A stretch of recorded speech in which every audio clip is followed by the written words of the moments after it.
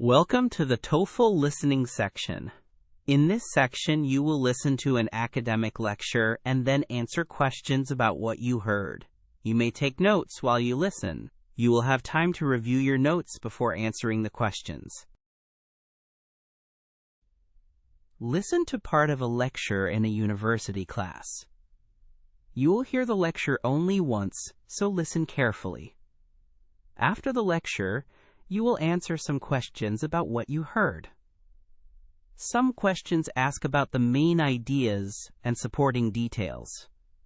Other questions ask you to make inferences or connections between ideas. Answer each question based on what is stated or implied in the lecture. Good morning, everyone. Today we will examine the social and economic impacts of population aging in contemporary societies. This is a central issue in demography and public policy because rising longevity combined with low birth rates is changing the age structure of many countries. First, I will define what we mean by population aging. The term refers to an increase in the proportion of older adults in the population relative to younger cohorts. A common indicator is the old age dependency ratio, which compares the number of people aged 65 and over to those of working age. To illustrate the scale of the change, consider Japan. Japan now has more than 28% of its population aged 65 and over. This shift creates pressure on pension systems and public finances because a smaller base of workers is supporting a larger group of retirees. There are several distinct economic effects associated with aging. First, fiscal sustainability is at risk in countries with large public pay-as-you-go pension systems.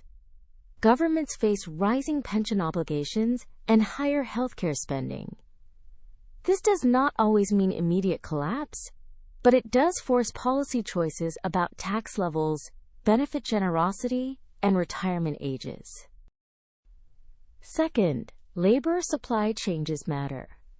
Older populations tend to reduce the size of the traditional labor force unless older workers remain employed or immigration offsets the loss. A policy response in some countries has been to raise statutory retirement ages and to promote flexible work arrangements for older employees. Third, the composition of consumption and saving changes. Households with a higher share of older adults shift spending toward health care, long-term care and services, and away from investment in housing for growing families. This can alter aggregate demand and the structure of the economy. Turning to social impacts. Population aging affects intergenerational relations. When fewer working-age adults support more older dependents, there can be tensions about resource allocation. Younger cohorts may face higher taxes or reduced public services. This raises questions about intergenerational equity and political priorities. There are concrete examples of policy adjustments in various countries.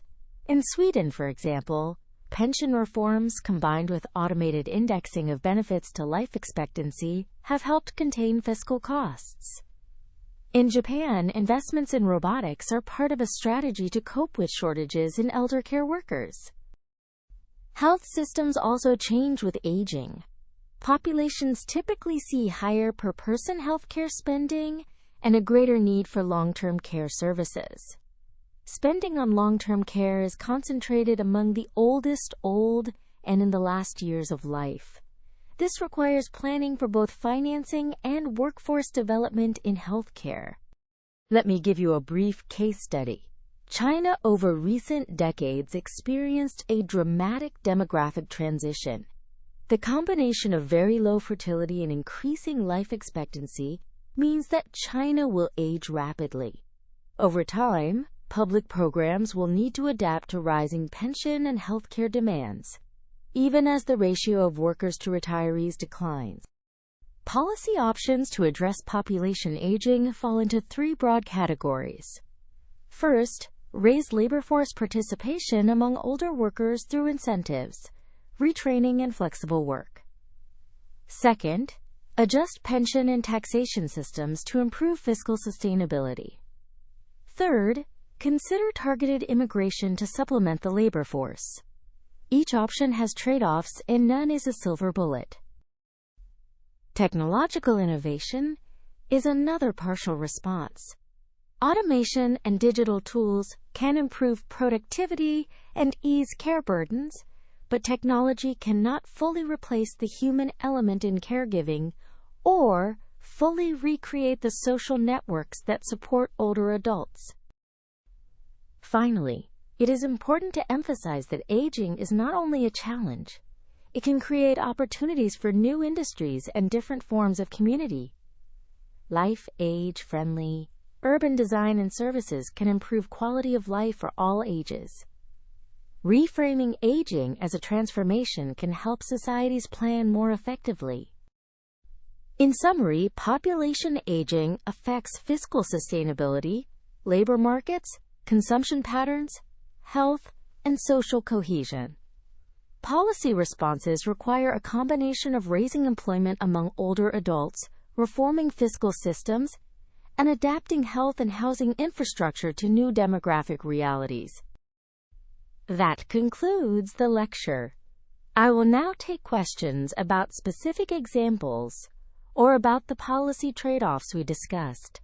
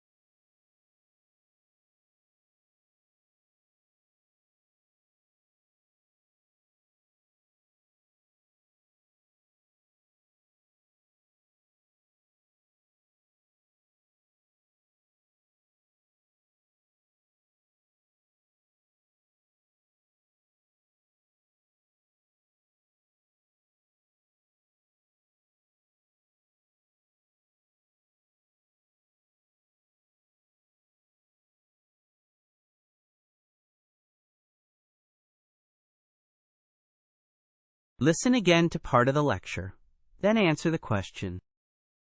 No single policy is sufficient. Countries need a mix of higher labor force participation for older workers, targeted immigration, and reforms to pension benefits.